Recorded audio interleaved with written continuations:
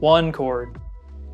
Let's start with the easiest chord in the bunch, but also the most important, and that is the one chord. We call it the one chord because it's not only the chord that takes precedence of the others musically, but it's also the chord that will define the key of the songs and chord progressions we play. Fun fact, the key of a song is simply the chord a song resolves to and revolves around.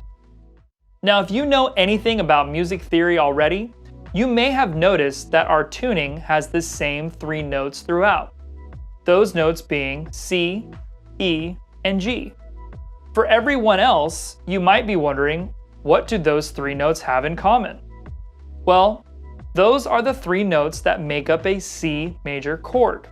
Fun fact, C major is the only major key with all natural notes, meaning there are no sharps or flats, and its scale in order is C, D, E, F, G, A, B. Let's check out the first of many guitar shapes we can use to play our one chord. The one chord, fifth string root. So as we play our first C major chord on the 5th fret, 5th string root, we're going to place our third finger right behind that fret. We're going to put our second finger on the 4th fret, right behind the fret on the 4th string.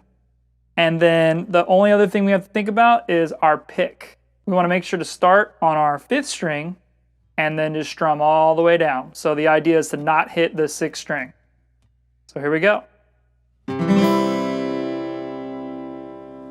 And you can do what we call an arpeggiation. Just hit each one individually to make sure you've got all the right notes. So sometimes you might hear something like this, maybe. You're like, you might hear something like that and you realize, oh, my second finger isn't down enough. So you gotta move it down a little bit and there you go.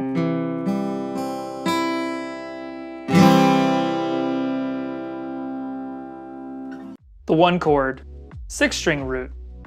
Now, what if we were to ask you, how about playing a C chord with a 6th string root? You may have deer in the headlights, but because you are now familiar with the 5th string roots, we can tackle the 6th string root chord for our one chord of C. Fun fact, whenever we say move up on guitar, it actually looks like you are moving down on the neck. It's a very common mistake to call up down and down up, but if you listen to what the notes are actually doing, it'll become very clear why we say that. So to play our next C major chord, but on the 6th string, we're going to use our second finger, our middle finger, and we're going to be all the way up to the 8th fret. So right behind that fret, I'll play that note right there.